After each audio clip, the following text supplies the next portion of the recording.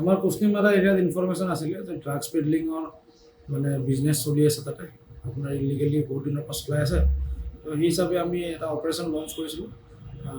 মোৰ লগতে আমাৰ DSP প্ৰফেচনাৰ অঞ্চল শৰ্মা আছিলে, OC মানকাছাৰ, SI সৌৰদেৱ বৰ্মন, তেখেতসকলৰ লগত আমি ষ্টাফ লৈ তাতে অপাৰেশ্যন চলাওঁ। আৰু এটা ঘৰ আমি পাওঁ তাতে কুচনিমাৰা পূব এৰিয়াত, তাতে তেওঁলোকে মানে হিৰইন স্মাগলিং কৰি এইটো মানে চেলিং কৰিবৰ কাৰণে ট্ৰাই কৰি আছিলে।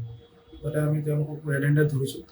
তাৰ মানে যিজন গৰাকী তেওঁক আমি ধৰিছোঁ, ঘৰৰ মালিক যিজন তেওঁ নিজৰ ঘৰতে চলাই আছে, তেওঁ এডমিটো কৰিছে। আৰু লগতে এজন পেডলাৰ যোনে এইটো বিক্ৰী মানে কিনিব গৈছিল তেওঁক ধৰা হৈছে। 67,000 কেছ আমি পাইছোঁ, যিটো তেওঁলোকে এডমিট কৰিছে। এইটো মানে ইলিগেল ড্ৰাগছ পেডলিং বিজনেছ কৰি তেওঁলোকে একুৱায়াৰ কৰিছিলে। আৰু আমি 64 নজ আপোনাৰ নাম্বাৰছ অফ মানে ভাইলছ পাইছোঁ, প্লাষ্টিক ভাইলছ। তাতে আপোনাৰ 25 গ্ৰামছ আপোনাৰ হিৰইন আছিলে অলৰেডি, আৰু কিছুমান মানে এমটি ভাইল য'ত তেওঁলোকে মানে বিক্ৰী কৰিবৰ কাৰণে এইটো মানে প্ৰিপেয়াৰ কৰে আৰু বেলেগক বিক্ৰী কৰে। আৰু আমি চাবোনৰ কেছ পাইছোঁ 4টা, এইখিনি আমি একাউণ্টলি চিজ কৰিছোঁ। আৰু এতিয়া আমাৰ এটা FIR আমি ল'ম, আৰু বাকী ইনভেষ্টিগেশ্যন আমি ফৰৱাৰ্ড বেকৱাৰ্ড লিংকেজ আমাৰ কি আহে আমি সেইটো হিচাপে এইটো ইনভেষ্টিগেশ্যনটো আগবাঢ়িম। কেইজনক আটক কৰিছে? 2জনক আটক কৰিছোঁ। স্যাৰ দেখা গৈছে যে আৰক্ষী ধাৰাবাহিক অভিযান আছে চলি আছে, কিন্তু তথাপিও জিলাখনত এই ড্ৰাগছ গাঁৱে ভূঞে এটা ব্যাপক প্ৰভাৱ পৰিছে, বিশেষকৈ যুৱ সমাজৰ মাজত। এই ক্ষেত্ৰত আৰক্ষী পৰিৱৰ্তিত সময়ত কেনেধৰণৰ ভূমিকা গ্ৰহণ কৰিব ছাৰ, বিশেষকৈ মানকাছাৰত?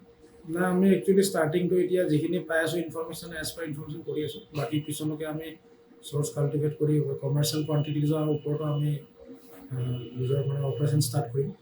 আমাৰ এইটো কাম চলি আছে। আৰু বাকী হ'ল এইটো এটা মানে কণ্টিনিউৱাছ প্ৰচেছ হয়। যিটো ড্ৰাগছৰ বিৰুদ্ধে আমাৰ এটা অভিযান, এইটো গভৰ্ণমেণ্ট অফ আছামৰ ফালৰ এটা ইনিচিয়েটিভ হয়। আমি মানে 3টা ছাইড থাকে, হাৰ্ম ৰিডাকশ্যন থাকে, ছাপ্লাই ৰিডাকশ্যন থাকে। তো আমি ছাপ্লাই ছাইডটো আমি ট্ৰাই কৰি আছোঁ কৰিবৰ কাৰণে।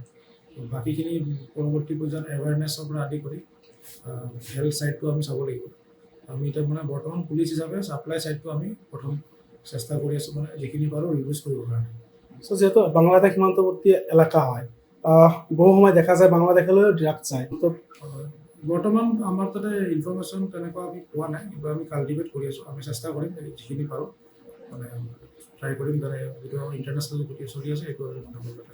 ছাৰ, আপুনি যোগদান কৰাৰ পিছতে ড্ৰাগছৰ বিৰুদ্ধে ধাৰাবাহিক অভিযান কৰিছে, কিন্তু ছাৰ জিলাখনত দেখা গৈছে যে তীৰ যোৱাৰ ৰমৰমীয়া বেয়া চলি আছে। এই ক্ষেত্ৰত আপুনি কেনেধৰণৰ ব্যৱস্থা গ্ৰহণ কৰিব? সেইটো আমি আপুনি ইনফৰমেশ্যন দিয়ক, আমি এক্সপ্লেইন কৰিম। যিকোনো খবৰৰ বাবে যোগাযোগ কৰক 7099017330 লগতে 7099017110 নম্বৰত।